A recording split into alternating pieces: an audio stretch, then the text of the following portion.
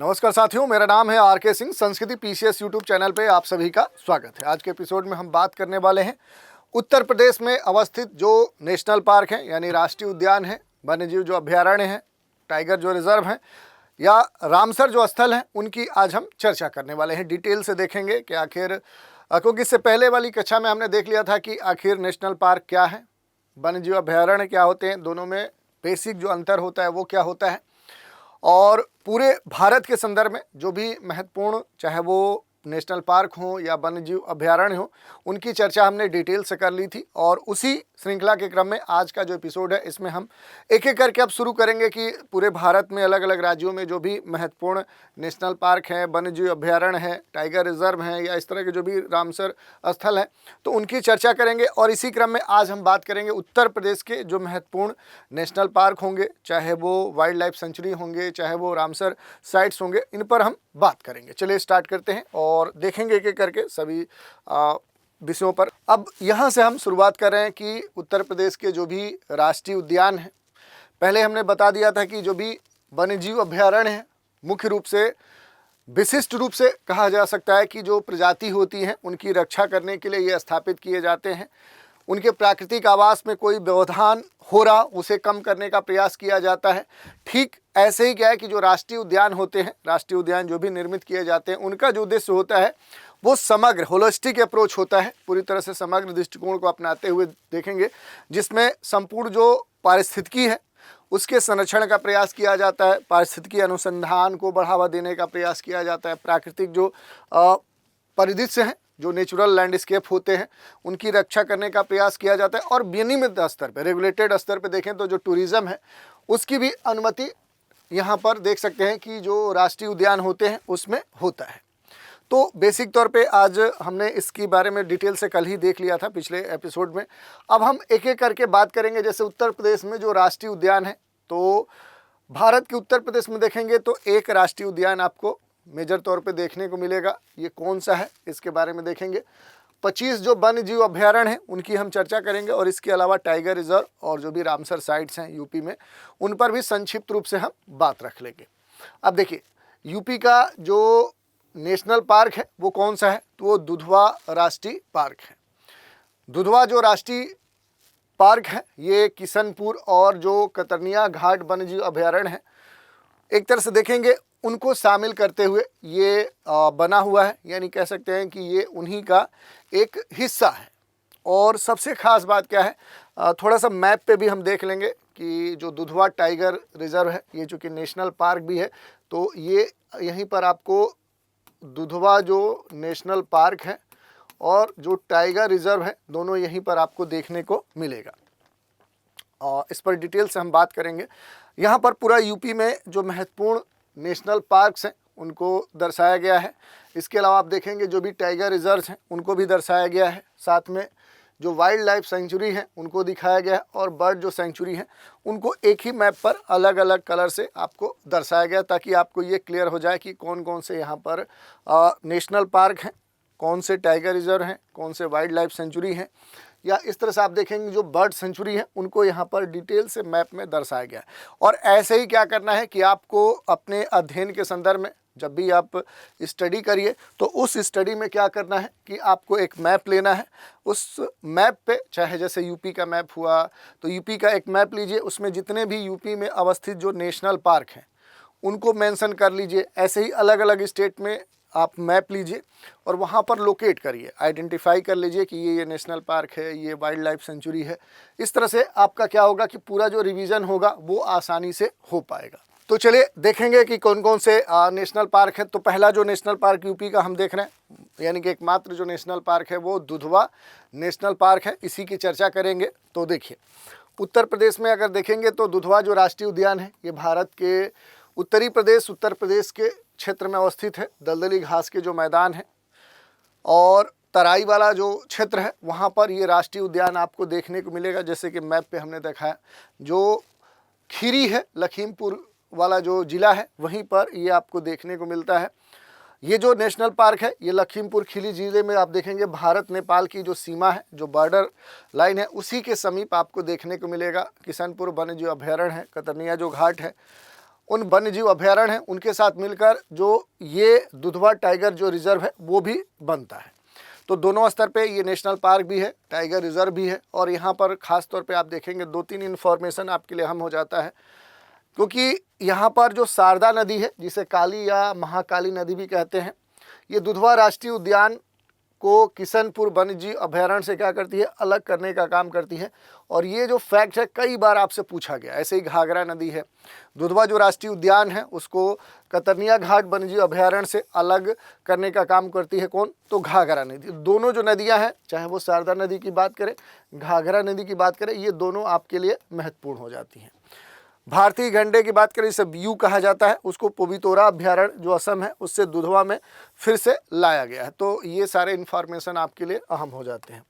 इसके अलावा देखेंगे दुधवा जो राष्ट्रीय उद्यान है, यहाँ पर बहुत सारी जो प्रजातियाँ वो आपको देखने को मिल सकती है, क्योंकि ये जो पूरा क्षेत्र है ये समृद्ध जो वनस्पति है उनका घर माना जाता है। जीवों के अलावा बहुत सारे जो पक्षी प्रजाति हैं, जंगली जैसे हाथी, जली जीव, एक सींग वाला जो गैंडा है, जंगली जो हाथियाँ हैं, उनका ये निवास स्थान है। और ये जो पूरा नेशनल पार्क है दुधवा, ये प्राकृतिक वन क्षेत्र, घास के मैदान और दलदली भूमि वाला पूरा एक क्षेत्र है, बड़ा क्षेत्र है। और इसी कारण से देखेंगे तो यहाँ बहुत सारे जो सरीसृप हैं, बहुत सारे जो पक्षी प्रजातियां हैं, बहुत सारे जो स्तनधारी हैं वो आपको देखने को मिल सकते हैं। उनकी लिस्ट हमने यहाँ पर दे दी है डिटेल में। जैसे स्तनधारियों में चीता, एशियाई जो हाथी है, भारतीय गैंडा है, भालू है, तेंदुआ है, जंगली बिल्ली है, जंगली सुअर है, चित्तीदार हिरण है, गंगा डॉल्फिन है, ये सारे यहाँ पर देखे जाते हैं। पक्षियों में बहुत सारी जो पक्षियों प्रजाति है वो आपको देखने को मिल सकती है, इस लिस्ट को भी आप देख सकते हैं। इसके अलावा बेसिक जो जानकारी है वो भी हमने दे दी है। जैसे पार्क में सफ़ेद पुंछ वाले जो गिद्ध हैं, लाल सिर वाले जो गिद्ध है, दोनों ही गंभीर रूप से क्या है, लुप्त प्राय जो प्रजातियां हैं गिद्ध की, वो दोनों यहाँ पर जो दुधवा नेशनल पार्क है यहाँ पर आपको देखने को मिल सकती है। एक महत्वपूर्ण तथ्य क्या है कि दुधवा जो राष्ट्रीय उद्यान है यहाँ बारहसिंगा प्रचुर मात्रा में मिलता है। और दुनिया के लगभग आधे जो इस तरह के बारहसिंगे हैं वो यही दुधवा राष्ट्रीय उद्यान में आपको देखने को मिल जाएंगे। तो ये हमने देख लिया कि जो नेशनल पार्क है यूपी में वो कौन सा है, तो उसकी हमने बात कर ली। अब थोड़ा सा बात कर लेंगे कि उत्तर प्रदेश में जो महत्वपूर्ण जो बाघ अभयारण्य हैं वो कौन से हैं। तो देखिए, अगर बाघ अभयारण्य की बात करें, जो भी टाइगर हैं, तो ये राष्ट्रीय बाघ जो संरक्षण प्राधिकरण है उसी की सलाह पर जो वन्य जीव संरक्षण अधिनियम 1972 है उसकी जो 38(5) के जो धारा है उसी प्रावधान के तहत जो स्टेट गवर्नमेंट होती है, जो राज्य सरकार है, वो बाघ अभयारण्यों को क्या करती है, अधिसूचित करती है। किसी भी क्षेत्र को टाइगर रिजर्व घोषित करने की बात करें तो जब किसी क्षेत्र में, किसी राज्य के क्षेत्र को टाइगर रिजर्व जब घोषित करने की बात आती है तो उस घोषित करने के लिए राज्य सरकार को क्या करना होता है कि राष्ट्रीय संरक्षण जो प्राधिकरण है उसकी अनुमति प्राप्त करना सबसे ज़रूरी हो जाता है। इसके अलावा अगर आप देखेंगे तो उत्तर प्रदेश में बहुत सारे अलग अलग आप देख सकते हैं जो टाइगर रिजर्व हैं, उनकी हम चर्चा करेंगे कौन कौन से हैं। तो देखिए, अगर हम बाघ अभयारण्यों की बात करें तो इसमें अमनगढ़ जो टाइगर रिजर्व है ये एक महत्वपूर्ण बाघ अभयारण्य है। ये जिम कॉर्बेट जो राष्ट्रीय उद्यान है उसी का एक जो एक्सपेंशन है उस रूप में आपको देखने को मिल सकता है जो अमनगढ़ है। और ये जो अमनगढ़ जो टाइगर रिजर्व है ये आपको यहाँ पर देखने को मिलेगा। और इसका जो क्षेत्रफल है वो कितना है, वो 95 स्क्वायर किलोमीटर है, यानी कि 95 वर्ग किलोमीटर है। अन्य बाघ जो अभयारण्य है उनकी तुलना में देखें तो ये अपेक्षाकृत छोटा है, लेकिन ये महत्वपूर्ण है। 2012 में अगर बात करेंगे तो इसे क्या किया गया, एक जो टाइगर रिजर्व है उस रूप में स्थापित किया गया, घोषित किया गया। हालांकि ये जिम कॉर्बेट का मूल रूप से बफर क्षेत्र ही माना जाता है। प्रोजेक्ट जो टाइगर है उसी के अंतर्गत इसे अमनगढ़ को टाइगर रिजर्व घोषित किया गया है।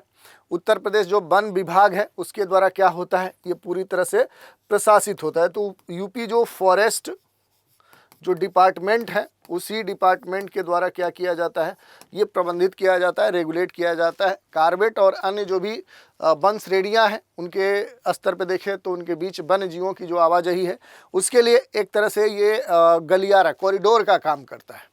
तो ये इसके बारे में हमने देख लिया। इसके अलावा अगर आप देखेंगे तो पीलीभीत टाइगर रिजर्व है उत्तर प्रदेश के किस ज़िले में है, तो आपको पीलीभीत, लखीमपुर खीरी और शाहजहांपुर जो ज़िले हैं, इन तीनों ज़िलों में इस टाइगर रिजर्व का जो विस्तार है वो आपको देखने को मिलेगा। मूल रूप से भारत नेपाल की सीमा वाला जो तराई क्षेत्र है वहीं पर ये फैला हुआ है और हिमालय की तलहटी में एक प्रमुख इकोलॉजिकल रीजन में ये शामिल होता है। ऊपरी गंगा के जो मैदान हैं, जो बायोग्राफिकल जो टेरिटरी है, उसके तराई में आर्कलैंड लैंडस्केप के रूप में ये वहाँ पर मौजूद है। यहाँ पर कई सारी नदियों का अपवाह देखने को मिलता है। शारदा, चूका, माला, ऐसी बहुत सारी जो नदियां हैं वो क्या होती हैं, पीलीभीत टाइगर रिजर्व से प्रवाहित होती हैं। इसकी घोषणा 2014 में की गई थी। क्षेत्रफल कितना है, तो 730.25 वर्ग किलोमीटर इसका क्या है, क्षेत्रफल है। तो ये हम इसके बारे में देख लिए। इसके अलावा अगर आप देखेंगे तो प्रोजेक्ट टाइगर के तहत क्या है कि 2014 में ये नामित किया गया और यहाँ पर बहुत सारे वेजिटेशन देखने को मिलते हैं, जैसे साल के जंगल, ऊंचे घास के मैदान, दलदल जो भूमि है वो यहाँ पर देखने को मिलती है, जहाँ अक्सर बाढ़ जो प्रभावित क्षेत्र के रूप में इसे जाना जाता है।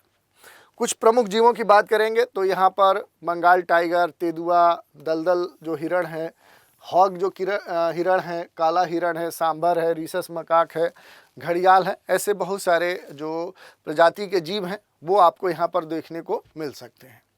असाधारण जो बाघ संरक्षण प्रथाएं हैं उसके लिए यूएनडीपी और डब्ल्यूएफएफ के द्वारा ये मान्यता प्राप्त है।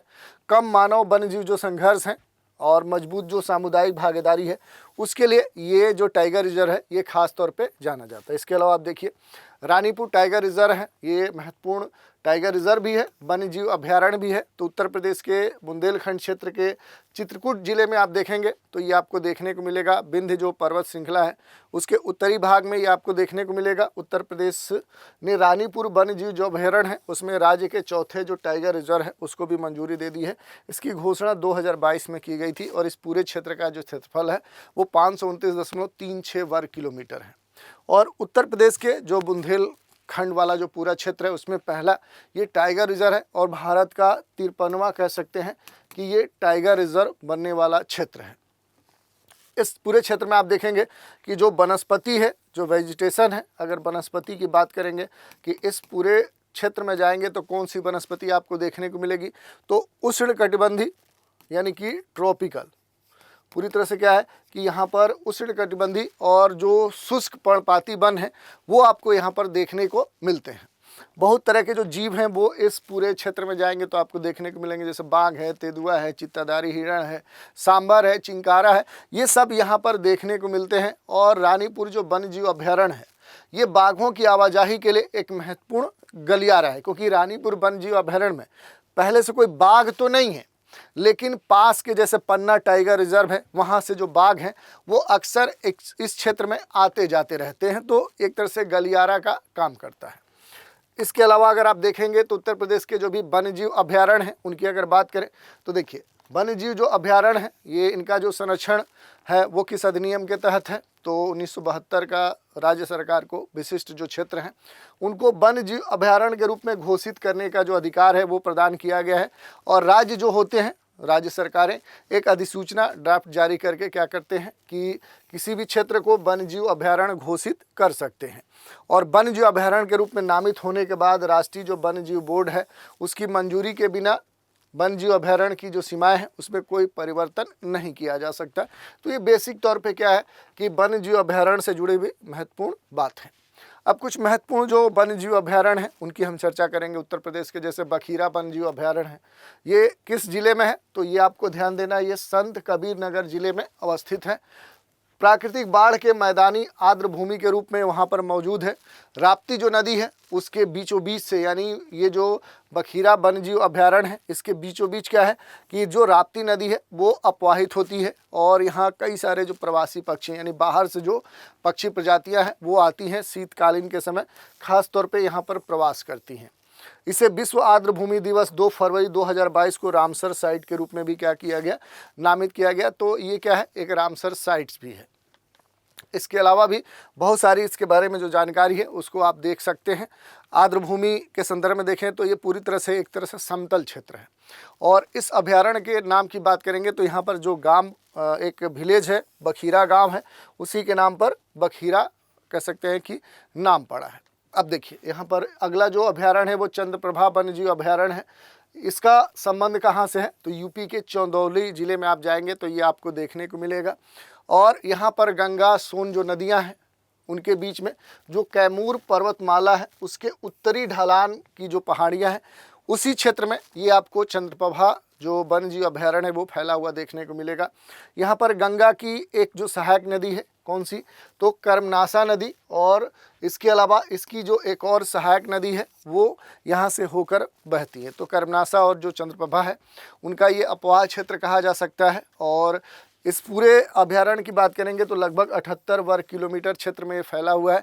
बहुत सारे जो वन्यजीव प्रजातियाँ वो यहाँ पर देखने को मिलती हैं, जैसे नीलगाय है, सांबर हिरण है, चीतल है, तेंदुए है, जंगली सुअर हैं, या इस तरह के बहुत सारे जो वन्यजीव हैं वो यहाँ पर आपको देखने को मिल जाएंगे।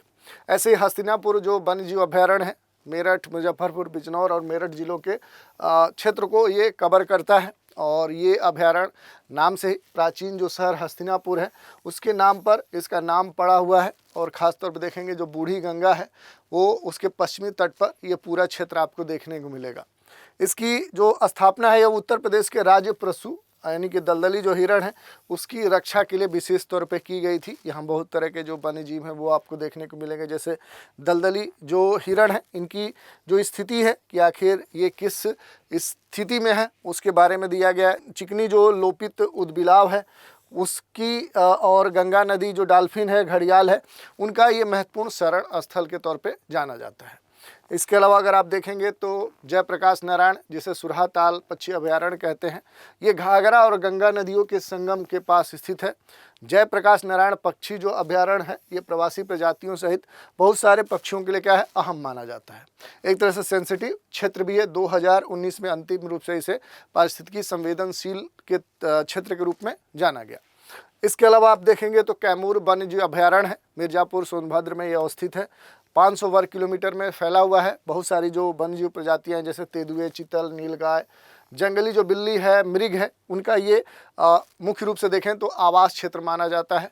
ये कैमूर रेंज के साथ फैला हुआ पूरा एक बड़ा क्षेत्र है। और देखेंगे यहाँ पर तो पूर्व में सोन नदी और पश्चिम में मध्य प्रदेश यहाँ पर आपको देखने को मिल सकता है। बाघ और जो हाथी हैं वो पर्याप्त यहाँ पर देखने को मिलते हैं, इसलिए उनके लिए गलियारा के तौर पे भी इस क्षेत्र को जाना जाता है।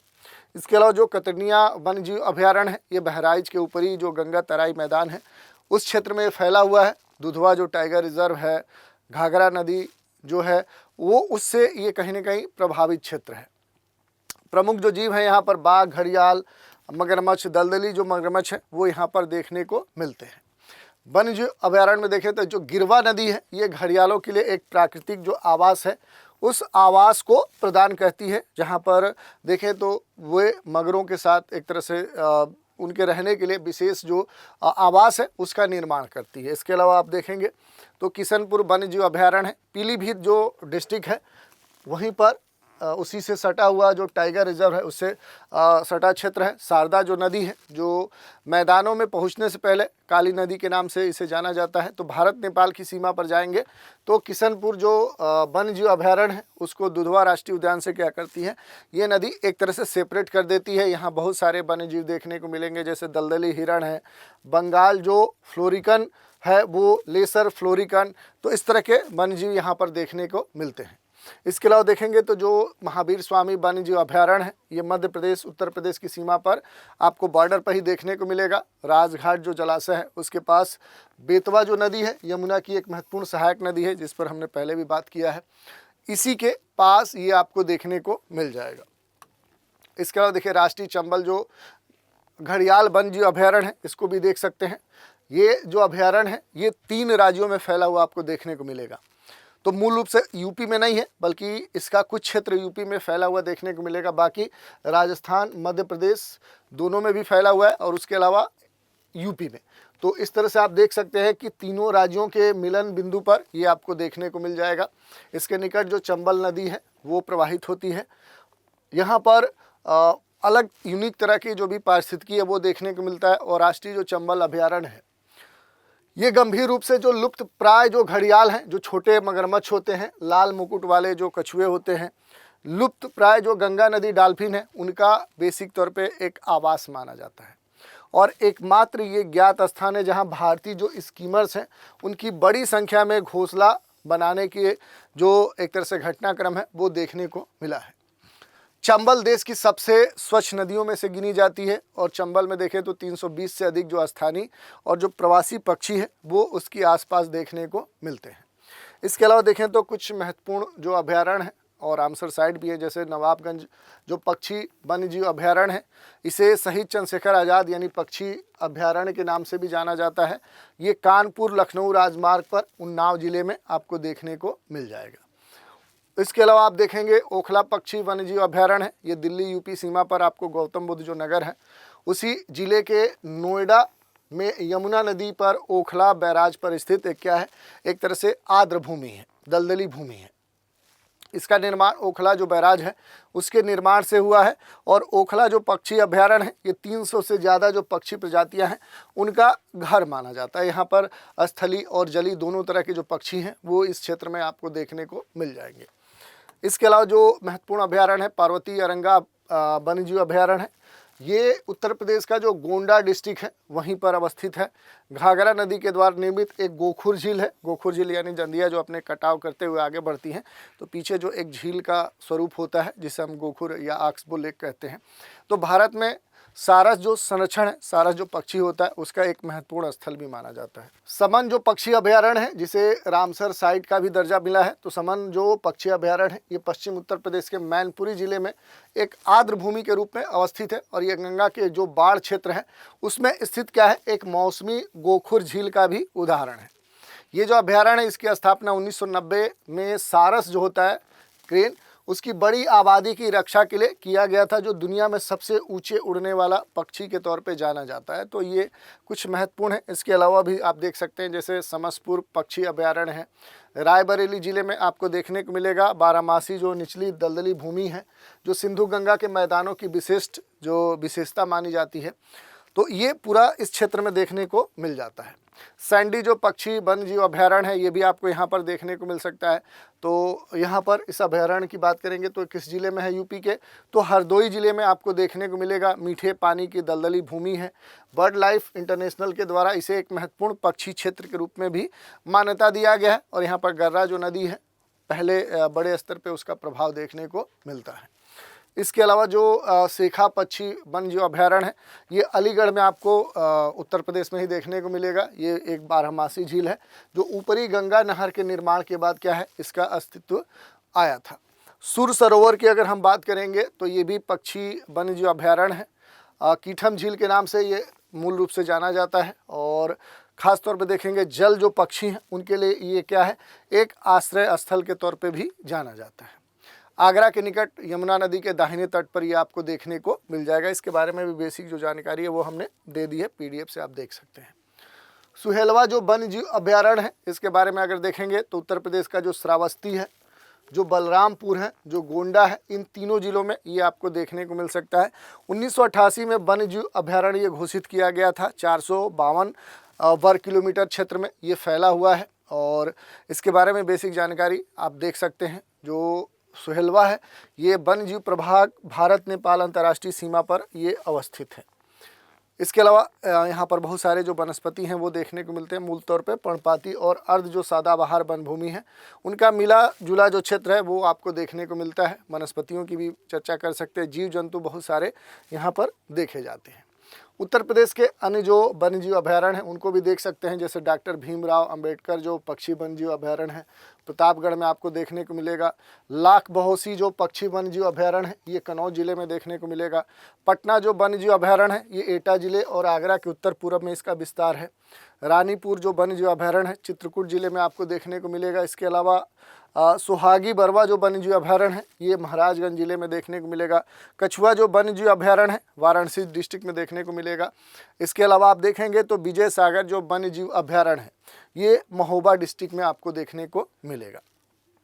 तो ये हमने देख लिया मेजर तौर पे जो भी इस तरह के यूपी में महत्वपूर्ण जो पहले हमने नेशनल पार्क देखा, फिर वन्यजीव अभयारण्य देखा, फिर टाइगर रिजर्व देखा, जो पक्षी अभयारण्य हैं उनको भी देख लिया।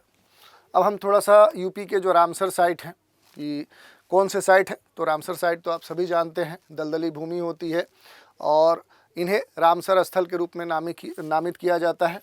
तो रामसर जो अभिसमय है उसी के तहत ये अंतर्राष्ट्रीय जो महत्व के प्लेसेस हैं उस रूप में ये नामित किए जाते हैं। और रामसर जो स्थल है इसमें शामिल होने के लिए जो रामसर जो कन्वेंशन है उसके द्वारा जो भी परिभाषित मानदंड हैं उनको पूरा करना पड़ता है। जो स्थल उस पर खरे उतरते हैं मानकों पर, उन्हें इस साइट में शामिल किया जाता है। तो रामसर जो स्थल है उसमें उपयुक्त जो जैव भौगोलिक क्षेत्र है वो होना चाहिए, प्राकृतिक आर्द्र भूमि के प्रकार के तौर पे वो प्रतिनिधित्व करता हो, दुर्लभ या अद्वितीय उदाहरण वो प्रस्तुत करता हो, कमज़ोर, लुप्तप्राय या गंभीर रूप से या लुप्तप्राय जो प्रजाति हैं, संकटग्रस्त जो पारिस्थितिकी है या उस तरह के जो समुदाय हैं उनका वो क्षेत्र भरण पोषण करता हो, तो वो किसी भी विशेष जैव भौगोलिक क्षेत्र या किसी जैविक विविधता को बनाए रखने के लिए अगर महत्वपूर्ण है, पौधे या इस तरह के जो भी पशु प्रजाति हैं, पक्षी प्रजातियां हैं, उनके अगर भरण पोषण का कार्य वो क्षेत्र करता है तो वो इसके तहत शामिल किया जाता है। और इसी के तहत आप देखेंगे तो रामसर जो अभिसमय है वो भी होता है। वैश्विक आर्द्र भूमियों के लिए जो संरक्षण है उसके लिए क्या है, एक इंटरनेशनल स्तर की ट्रीटी है, समझौता है। 2 फरवरी 1971 को कैस्पियन सागर के तट पर स्थित जो रामसर ईरान में हुआ एक जो सम्मेलन था वहीं पर इसे अपनाया गया था। और भारत 1 फरवरी 1982 को इसे लागू किया। इसमें मॉन्ट्रेक्स जो रिकॉर्ड है उसको भी आप देख सकते हैं।